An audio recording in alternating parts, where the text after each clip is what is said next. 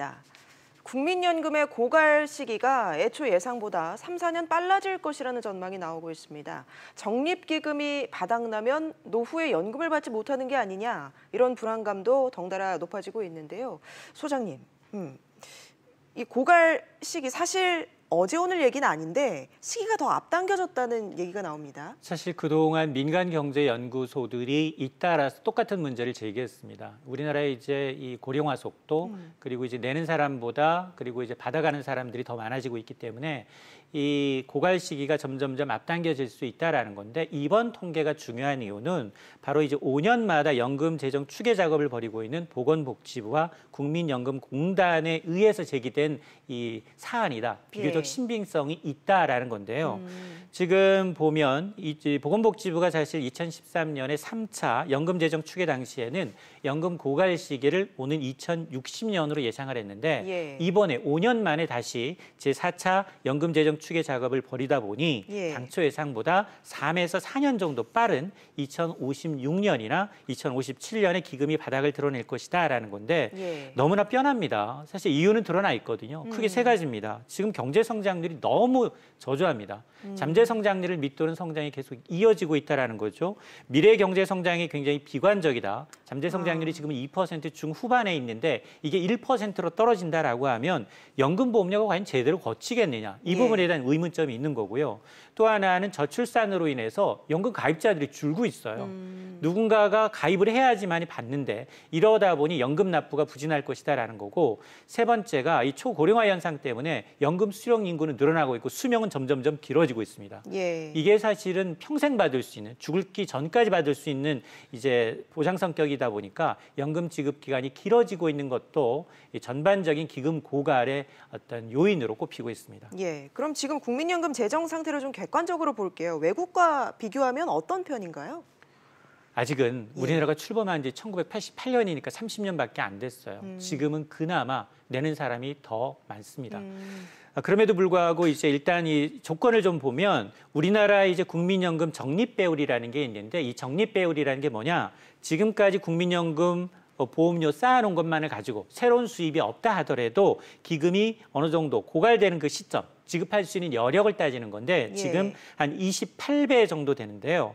이게 일본의 후생연금이 3.8배이고요. 또 스웨덴이 1배, 미국이 3.3배, 캐나다가 4.8배에 비하면 우리가 훨씬 더 안정적이라는 겁니다.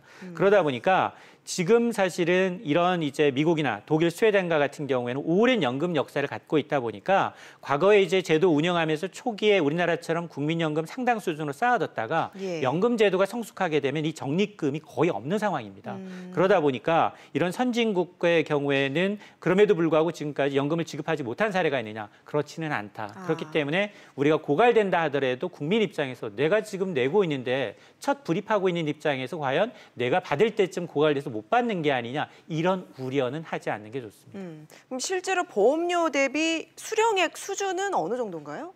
처음에 1988년에는 이 마지막 이 평균 연봉의 70% 선까지였어요. 근데 지금 제도를 개선하면서 60%, 지금 40%까지 낮아져 있습니다. 그럼에도 불구하고 지금 낸 돈의 평균, 지금 국민연금연구원이 기대 여명을 고려해서 국민연금 수급 기간과 전망을 했는데, 이 보고서를 보게 되면 2017년 기준 17년에 지금 이제 이 국민연금에 가입했다. 그리고 보험료를 20년 정도 납부했다. 그럴 경우에 나중에 죽을 때까지 낸 보험료보다 최소 1.9배에서 최고 많게는 2.5배까지 더 받을 수 있다. 이런 요인이 알려지다 보니까 오히려 임의 가입자들이 늘고 있는 겁니다. 국가가 보장하고 매년 물가 상승률을 더해줍니다. 이런 보험 상품은 지구상에 존재하지 않습니다. 이 국민연금 기금이 바닥이 날 경우에 정말 내 연금 못 받는 거냐, 이런 우려가 많이 나오는데 실제로 기금이 고갈될 시 어떻게 상황이 되는 겁니까?